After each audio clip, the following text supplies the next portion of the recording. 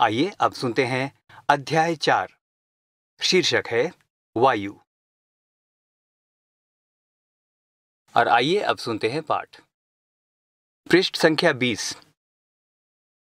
अध्याय 4 वायु। हमारी पृथ्वी चारों ओर से वायु की घनी चादर से घिरी हुई है, जिसे वायुमंडल कहते हैं। पृथ्वी के सभी जीव जीवित रहने के लिए वायुमंडल पर निर्भर हैं। यह हमें सांस लेने के लिए वायु प्रदान करता है एवं सूर्य की किरणों के हानिकारक प्रभाव से हमारी रक्षा करता है।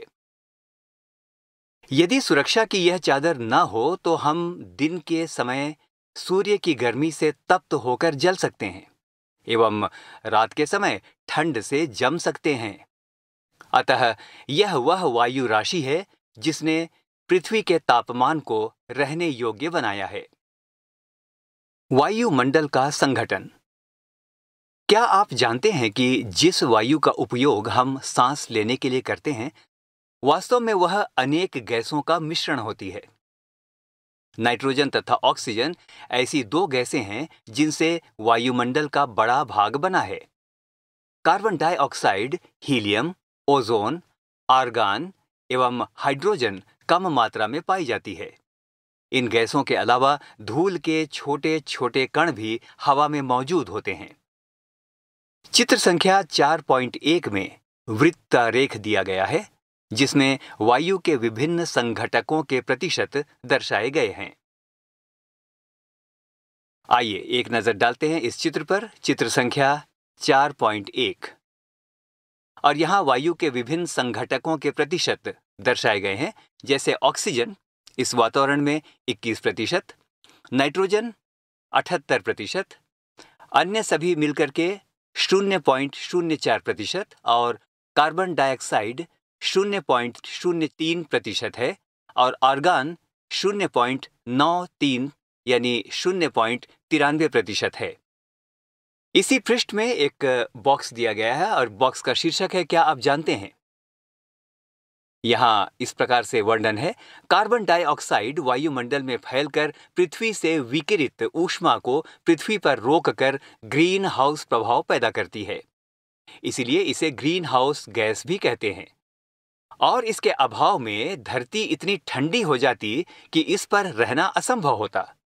किंतु जब कारखानों एवं कार के धुएं से वायुमंडल में इसका स्तर बढ़ता है, तब इस ऊष्मा के द्वारा पृथ्वी का तापमान बढ़ता है। इसे भूमंडलीय तापन या ग्लोबल वार्मिंग कहते हैं। तापमान में इस वृद्धि के कारण पृथ्वी के सबसे ठंडे प्रदेश में जमी हुई बर्फ पिघलती है, जिसके परिणाम स्वरूप समुद्र के जल स्तर में वृद्धि होती है, जिससे तटीय क्षेत्रों में बाढ़ आ जाती है। दीर्घ अवधि में इसके कारण जलवायु में अत्यधिक परिवर्तन हो सकता है, जिसके फलस्वरूप कुछ पौधे एवं पशु लुप्त हो सकते हैं। बॉक्स के बाद आइए अब सुनते हैं पृष्ठ 20 का पाठ। नाइट्रोजन वायु में सर्वाधिक पाई जाने वाली गैस है। जब हम सांस लेते हैं तब फेफड़ों में कुछ नाइट्रोजन भी ले जाते हैं और फिर उसे बाहर निकाल देते हैं, परंतु पौधों को अपने जीवन के लिए नाइट्रोजन की आवश्यकता होती है। पृष्ठ संख्या 21। वे सीधे वायु से नाइट्रोजन नहीं ले पाते। मृदा तथा कुछ पौधों को जड़ों में रहने वाले जीवाणु वायु से नाइट्रोजन लेकर इसका स्वरूप बदल देते हैं, जिससे पौधे इसका प्रयोग कर सकें। ऑक्सीजन वायु में प्रचुरता से मिलने वाली दूसरी गैस है। मनुष्य तथा पशु सांस लेने में वायु से ऑक्सीजन प्राप्त करते हैं। हरे पादप प्रकाश संश्लेषण द्वारा ऑक्सीजन उत्पन्न करते हैं। इस प्रकार वायु में ऑक्सीजन की मात्रा समान बनी रहती है। यदि हम वृक्ष काटते हैं तो यह संतुलन बिगड़ जाता है। कार्बन डाइऑक्साइड अन्य महत्वपूर्ण गैस है। हरे पादप अपने भोजन के रूप में कार्बन डाइऑक्साइड का प्रयोग करते हैं और ऑक्सीजन वापस देते हैं। मनुष्य और पशु कार्बन डाइऑक्साइड बाहर निकालते हैं। मनुष्यों तथा पशुओं द्वारा बाहर छोड़ी जाने वाली कार्बन डाइऑक्साइड की मात्रा पादपों द्वारा प्रयोग की जाने वाली गैस के बराबर होती है, जिससे यह संतुलन बना रहता है। परंतु यह संतुलन कोयला तथा खनिज तेल आदि ईंधनों के जलाने से गड़बड़ा जाता है। वे वायुमंडल में प्रतिवर्ष करोड़ों टन कार्बन डाइऑक्साइड की बढ़ोतरी करते हैं। परिणाम स्वरूप कार्बन डाइऑक्साइड का बढ़ा हुआ आयतन पृथ्वी पर मौसम तथा जलवायु को प्रभावित करता है। इसी पृष्ठ 21 पर एक बॉक्स और बॉक्स का शीर्षक है, क्या आप जानते हैं जब वायु गर्म होती है तो फैलती है और हल्की होकर ऊपर उठती है। ठंडी वायु सघन और भारी होती है, इसलिए इसमें नीचे रहने की प्रवृत्ति होती है। गर्म वायु के ऊपर उठने पर आसपास के क्षेत्रों से ठंडी वायु रिक्त स्थान को भरने के लिए वहां आ जाती है। इस प्रकार वायु चक्र चलता रहता है। इसी पृष्ठ 21 पर एक और बॉक्स है और इसमें हम देख सकते हैं समाचार पत्रों की हेडलाइंस या न्यूज आइटम, और इसमें कुछ शीर्षक दिए हुए हैं। सबसे पहला शीर्षक, top scientists offer way out of global warming. दूसरा कैप्शन है, वार्मिंग अनस्टॉपेबल। तीसरा कैप्शन है, ग्लोबल वार्मिंग प्रोजेक्शन, और यहाँ पर विश्व का मानचित्र दिखाया गया है और अलग अलग रंगों के द्वारा ग्लोबल वार्मिंग के स्तर को दिखाया गया है। एक कैप्शन और, CO2 level eight 800,000 year high. इसका अर्थ हुआ कि कार्बन डाइऑक्साइड का जो वायुमंडल में स्तर है वो पिछले 800,000 वर्षों में सबसे अधिक ऊंचे स्तर पर है। एक कैप्शन और, उसका शीर्षक है, ग्लोबल सनस्क्रीन लाइकली थिन्ड। और इसके बारे में हम जान सकते हैं कि वायुमंडलीय परत जो है वो पतली होती जा रही है। एक कैप्शन और, this winter was warmest on record US। America के किसी समाचार पत्र का ये कैप्शन है और जिसका अर्थ यह है कि इस बार की जो शरद ऋतु है वो सबसे अधिक गर्म ऋतु महसूस की गई। एक और कैप्शन और उसका टाइटल है ग्लोबल वार्मिंग, और एक आखिरी कैप्शन यहाँ पर है और उस कैप्शन में इस प्रकार से लिखा हुआ है, global warming can bring back Jurassic era. और इसके नीचे लिखा है, इसे पढ़ें एवं मनन करें और पता लगाएं क्या भूमंडलीय तापन आज के विश्व में एक गंभीर समस्या है। पृष्ठ संख्या 22, वायुमंडल की संरचना। हमारा वायुमंडल 5 परतों में विभाजित है जो पृथ्वी की सतह से आरंभ होती है। यह है क्षोभमंडल, समतापमंडल, मध्यमंडल, बाह्य वायुमंडल एवं बहिर्मंडल। चित्र संख्या 4.2 में वायुमंडल के विभाजन को दिखाया गया है। सबसे ऊपर है बहिर्मंडल और इसकी ऊंचाई लगभग 100 से 90 किलोमीटर के मध्य है और इसी में बाह्य वायुमंडल भी आता है। नीचे 80 से लेकर 50 किलोमीटर की ऊंचाई तक मध्य सीमा और मध्यमंडल है। उसी के नीचे हम चलेंगे तो पृथ्वी की सतह से 40 से 10 किलोमीटर की ऊंचाई तक हमें मिलता है समताप सीमा, समताप मंडल और क्षोभ सीमा। और इसी मंडल के अंदर हम देख सकते हैं कि हवाई जहाज इतनी ऊंचाई पर उड़ता है। और सबसे नीचे है पृथ्वी से 10 किलोमीटर की ऊंचाई तक और इसको कहते हैं क्षोभ मंडल। और इस क्षोभ मंडल में माउंट एवरेस्ट की चोटी दिखाई गई है।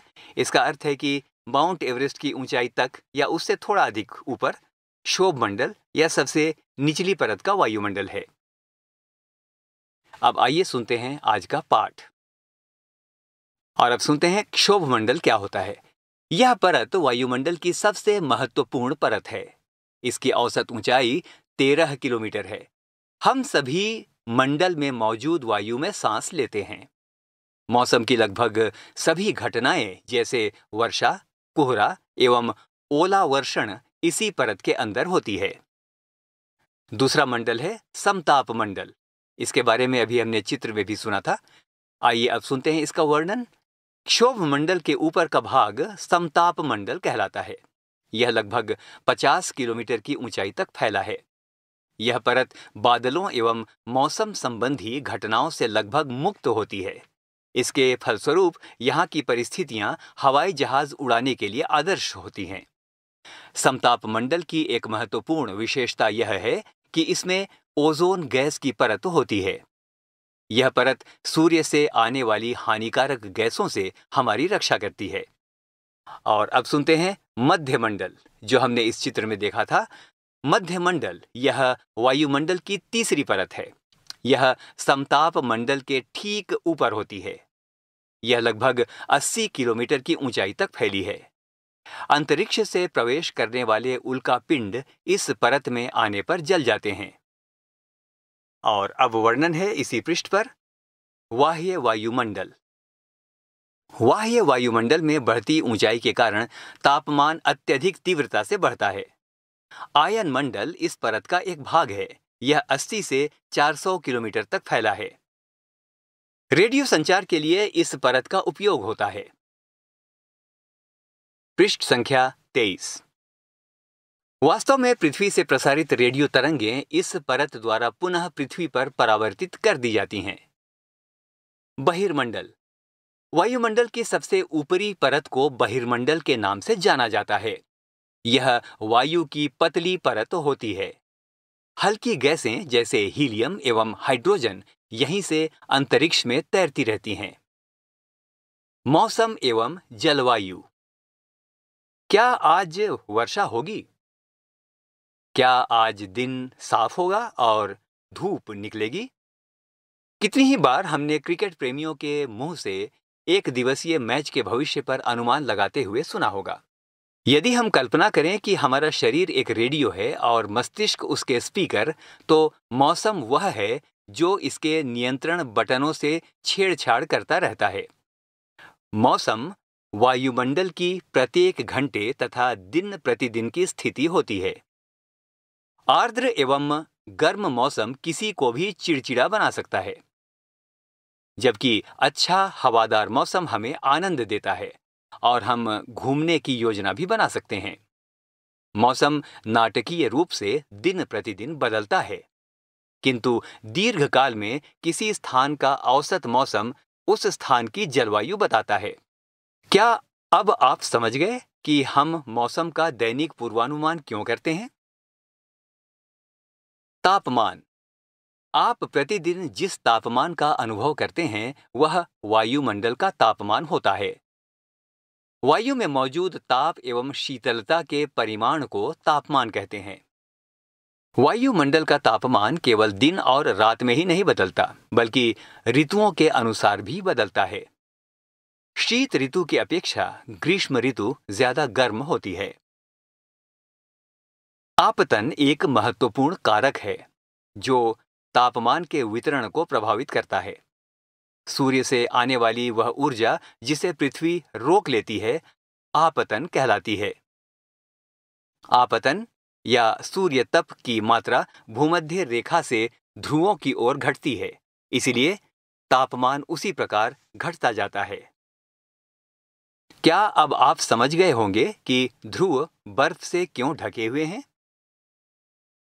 इसी पृष्ठ संख्या 23 में अब कुछ बॉक्स, और आइए देखते हैं ये बॉक्स हमें क्या बताते हैं। सबसे पहला बॉक्स, आइए कुछ करके देखें। स्थानीय समाचार पत्र से 10 दिन की एक मौसम रिपोर्ट लिखें एवं मौसम में बदलाव का अवलोकन करें। दूसरा बॉक्स, इसका शीर्षक क्या आप जानते हैं? यह जानकर आपको आश्चर्य होगा कि पृथ्वी सूर्य की ऊर्जा के 2 अरबवें भाग का केवल 1 भाग ही प्राप्त करती है। इसके नीचे यहाँ पर कुछ चित्र दिए गए हैं और ये चित्र संख्या 4.3 में है। सबसे पहले एक तापमापी उपकरण का चित्र दिया गया है जिसका काम है तापमान को मापना। एक और उपकरण का चित्र हम यहाँ पर देखते हैं और इसका नाम है वायु दाब मापी। तो इसका कार्य जैसा नाम से ही प्रकट है कि वायु के दाब को मापता है। एक और चित्र यहाँ पर हम देखते हैं और उसका नाम है वर्षा मापी और इसका कार्य है वर्षा की मात्रा को मापना। एक चित्र और जो इसी चित्र संख्या 4.3 में है और इस उपकरण का नाम है वात दिग्दर्शी, यानी पवन की दिशा को ये दर्शाता है। पृष्ठ संख्या 24। यदि पृथ्वी का तापमान अत्यधिक बढ़ जाता है तो यह इतनी गर्म हो जाएगी कि यहाँ कुछ फसलें नहीं उग सकेंगी। गांवों की अपेक्षा नगरों का तापमान बहुत अधिक होता है। दिन के समय में एसाफेल्ट से बनी सड़कें एवं धातु और कंक्रीट से बने भवन गर्म हो जाते हैं। रात के समय यह ऊष्मा मुक्त हो जाती है। नगर के भीड़ वाले ऊंचे भवन गर्म वायु को रोक लेते हैं, जिससे नगरों का तापमान बढ़ जाता है। वायु दाब। यह जानकर आपको आश्चर्य होगा कि वायु हमारे शरीर पर उच्च दाब के साथ बल लगाती है, किंतु हम इसका अनुभव नहीं करते हैं। यह इसलिए होता है क्योंकि वायु का दाब हमारे ऊपर सभी दिशाओं से लगता है और हमारा शरीर विपरीत बल लगाता है। पृथ्वी की सतह पर वायु के भार द्वारा लगाया गया दाब वायु दाब कहलाता है। वायुमंडल में ऊपर की ओर जाने पर दाब तेजी से गिरने लगता है। समुद्र स्तर पर वायु दाब सर्वाधिक होता है और ऊंचाई पर जाने पर यह घटता जाता है। वायु दाब का क्षैतिज वितरण किसी स्थान पर उपस्थित वायु के ताप द्वारा प्रभावित होता है। अधिक तापमान वाले क्षेत्रों में वायु गर्म होकर ऊपर उठती है। यह निम्न दाब क्षेत्र बनाता है। निम्न दाब बादल युक्त आकाश एवं नम मौसम के साथ जुड़ा होता है। कम तापमान वाले क्षेत्रों की वायु ठंडी होती है, जिसके फलस्वरूप यह भारी होती है। भारी वायु निमज्जित होकर उच्च दाब क्षेत्र बनाती है। उच्च दाब के कारण स्पष्ट एवं स्वच्छ आकाश होता है। वायु सदैव उच्च दाब क्षेत्र से निम्न दाब क्षेत्र की ओर गमन करती है। पवन। उच्च दाब क्षेत्र से निम्न दाब क्षेत्र की ओर वायु की गति को पवन कहते हैं। आप पवन को काम करते देख सकते हैं, जब यह सड़क पर गिरी पत्तियों को उड़ाती अथवा तूफान के समय पेड़ों को उखाड़ देती है। कभी कभी जब पवन धीरे बहती है तो आप इसे महीन धूल या धुएं को उड़ाते देख सकते हैं। कभी कभी पवन इतनी तेज होती है कि इसके विपरीत दिशा में चलना कठिन हो जाता है। आपने अवश्य अनुभव किया होगा कि तेज पवन में छाता लेकर चलना आसान नहीं है। 3 अन्य उदाहरण सोचिए जब तेज पवन के कारण आपके लिए समस्या उत्पन्न हुई हो।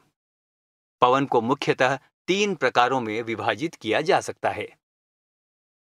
और आइए अगले पृष्ठ पर चलने से पहले इसी पृष्ठ पर 3 बॉक्स, और सबसे पहला बॉक्स है, उसका शीर्षक है क्या आप जानते हैं।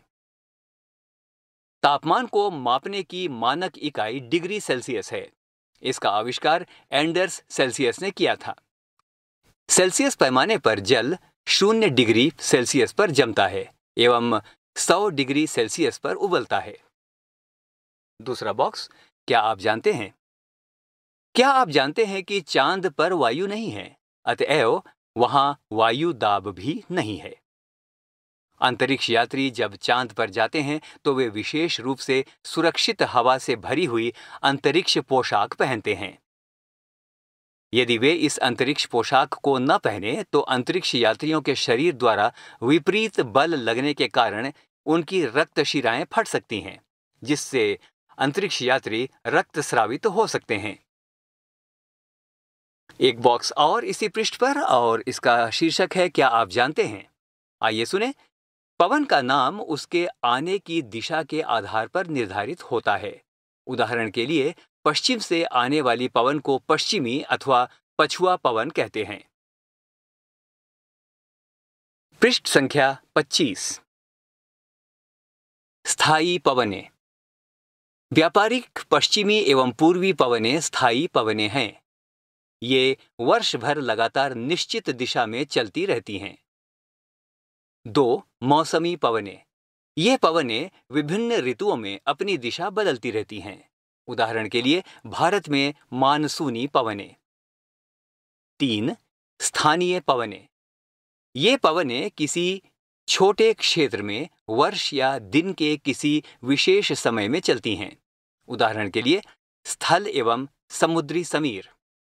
क्या आपको भारत के उत्तरी क्षेत्र की गर्म एवं शुष्क स्थानीय पवन याद है? इसे लू कहते हैं। इसी पृष्ठ पर चित्र संख्या 4.4 है और उसमें प्रमुख वायु दाब पेटियों के बारे में बताया गया है। तो आइए जानते हैं उनका विवरण। सबसे ऊपर उच्च दाब, उसके नीचे ध्रुवीय पूर्वी पवन, उसके बाद अधोध्रुवीय निम्न दाब, उसके बाद सनातन पछुआ पवन, फिर उपोष्ण उच्च दाब या हॉर्स अक्षांश, और यहाँ पर हम इस चित्र में देख सकते हैं कर्क रेखा इस पृथ्वी को काटती हुई, और उसके नीचे इस समय हम देख सकते हैं जो प्रमुख वायुदाब पेटियां हैं। ये पेटी है उत्तर पूर्वी व्यापारिक पवने। फिर हम यहाँ देख सकते हैं भूमध्य रेखा ने पृथ्वी को आर पार काटा है, और इसका वर्णन यहाँ पर है भूमध्य रेखीय निम्न दाब या डोलड्रम। उसके नीचे हम देखते हैं दक्षिण पूर्वी व्यापारिक पवने, फिर उपोष्ण उच्च दाब या हॉर्स अक्षांश, उसके बाद सनातन पछुआ पवन, फिर अधोध्रुवीय निम्न दाब, और फिर ध्रुवीय पूर्वी पवन। आइए अब सुनते हैं पाठ। चक्रवात, प्राकृतिक आवेश। भारत के पूर्वी समुद्री तट पर स्थित ओडिशा में बंगाल की खाड़ी में उठने वाले चक्रवातों का खतरा बना रहता है। 17-18 अक्टूबर 1999 को राज्य के 5 जिलों में चक्रवात आया। 29 अक्टूबर 1999 को एक अन्य महाचक्रवात आया जिसने राज्य के एक बड़े भाग में तबाही मचाई। मुख्यतः पवन का वेग, वर्षा एवं ज्वारीय प्रोत्कर्ष से हानियां हुई। 260 किलोमीटर प्रति घंटे तक के वेग से चली पवन 36 घंटे से भी ज्यादा समय तक चलती रही। तीव्र वेग वाली इस पवन ने पेड़ों को उखाड़ दिया और कच्चे घरों को नष्ट कर दिया। अनेक औद्योगिक भवनों एवं अन्य घरों की छतें भी उड़ गईं। विद्युत आपूर्ति एवं टेलीफोन लाइनें पूरी तरह से कट गईं। चक्रवात के फलस्वरूप लगातार 3 दिनों तक भारी वर्षा होती रही। इस वर्षा के कारण ओडिशा की प्रमुख नदियों में बाढ़ आ गई। चक्रवाती पवनों के कारण उठी ज्वारीय तरंगें स्थल पर 25 किलोमीटर तक भीतर आ गईं और फलस्वरूप तटीय क्षेत्रों में भयानक तबाही हुई। अचानक 7 से 10 मीटर ऊंची ज्वारीय तरंगें आ गईं, जिसके कारण तैयार खड़ी धान की फसल पूरी तरह से नष्ट हो गई। यहाँ एक चित्र दिया गया है और चित्र में दिखाया गया है कि चक्रवात द्वारा विनाश किस प्रकार से आया। यहाँ टूटे हुए घर और भरा हुआ पानी हम देख सकते हैं। पृष्ठ संख्या 26। आइए सुनते हैं पाठ। 25 अक्टूबर 1999 को पूर्वी पोर्ट ब्लेयर के निकट थाईलैंड की खाड़ी में अवदाब के कारण यह चक्रवात उत्पन्न हुआ और यह धीरे धीरे उत्तर पश्चिमी दिशा में बढ़ा। गहन होकर इसने महाचक्रवात का रूप धारण कर लिया और 29 अक्टूबर को सुबह 10:30 बजे ओडिशा के इरेसामा एवं बालीकुडा के बीच के क्षेत्रों को प्रभावित किया। इस महाचक्रवात ने भुवनेश्वर, कटक और 28 तटीय नगरों सहित ओडिशा के पूरे तट को बर्बाद कर दिया। इससे लगभग 130 लाख लोग प्रभावित हुए। बहुत बड़ी संख्या में पशुओं की मौत हो गई। धान, सब्जियों एवं फलों की खड़ी फसलों का भारी नुकसान हुआ। ज्वारीय प्रोत्कर्ष से उत्पन्न हुई लवणता के कारण कृषि योग्य विशाल भूक्षेत्र अनुपजाऊ हो गए। साल, सागवान एवं बांस के बागान वाले विशाल भूक्षेत्र नष्ट हो गए। पारादीप एवं कोणार्क के बीच मैंग्रोव के जंगल लुप्त ही हो गए। आर्द्रता। जब जल पृथ्वी एवं विभिन्न जलाशयों में वाष्पित होता है तो वह जलवाष्प बन जाता है। वायु में किसी भी समय जलवाष्प की मात्रा को आर्द्रता कहते हैं। जब वायु में जलवाष्प की मात्रा अत्यधिक होती है तो उसे हम आर्द्र दिन कहते हैं। जैसे जैसे वायु गर्म होती जाती है, इसकी जलवाष्प धारण करने की क्षमता बढ़ती जाती है और इस प्रकार यह और अधिक आर्द्र हो जाती है। आर्द्र दिन में कपड़े सूखने में काफी समय लगता है एवं हमारे शरीर से पसीना आसानी से नहीं सूखता और हम असहज महसूस करते हैं। जब जलवाष्प ऊपर उठता है तो यह ठंडा होना शुरू हो जाता है। जलवाष्प संघनित होकर ठंडा होकर जल की बूंदें बनाते हैं। बादल इन्हीं जल बूंदों का ही एक समूह होता है। जब जल की ये बूंदें इतनी भारी हो जाती हैं कि वायु में तैर न सकें, तब ये वर्षण के रूप में नीचे आ जाती हैं। आकाश में उड़ते हुए जेट हवाई जहाज अपने पीछे सफेद पथ चिन्ह छोड़ते हैं। इनके इंजनों से निकली नमी संघनित हो जाती है। वायु के गतिमान न रहने की स्थिति में यह संघनित नमी कुछ देर तक पथ के रूप में दिखाई देती है। पृथ्वी पर जल के रूप में गिरने वाला वर्षण वर्षा कहलाता है। ज्यादातर भौम जल वर्षा जल से ही प्राप्त होता है। पौधे जल संरक्षण में मदद करते हैं। जब पहाड़ी पार्श्वों से पेड़ काटे जाते हैं, तब वर्षा जल अनावृत पहाड़ों से नीचे बहता है एवं निचले इलाकों में बाढ़ का कारण बनता है। क्रियाविधि आधार पर वर्षा के 3 प्रकार होते हैं: संवहनी वर्षा, पर्वतीय वर्षा एवं चक्रवाती वर्षा। और इसको हम चित्र संख्या 4.5 में देख सकते हैं। सबसे ऊपर जो चित्र है वो चक्रवाती वर्षा का है। इसमें देखते हैं ठंडी वायु एक दिशा से आ रही है और फलस्वरूप गर्म वायु ऊपर उठ रही है। पर्वतीय वर्षा में यहाँ पर एक पर्वत का चित्र है और यहाँ पर हम देखते हैं पर्वत की चोटी पर आर्द्रता के कारण बादल बन रहे हैं। ये है पर्वतीय वर्षा। और एक वर्षा और, उसका नाम है संवहनी वर्षा। चित्र में यहाँ पर दिखाया गया है कि पृथ्वी की सतह से गर्म वायु ऊपर उठ रही है और ऊपर बादलों का निर्माण कर रही है। पृष्ठ संख्या 27। पौधों एवं जीव जंतुओं के जीवित रहने के लिए वर्षा बहुत महत्वपूर्ण है।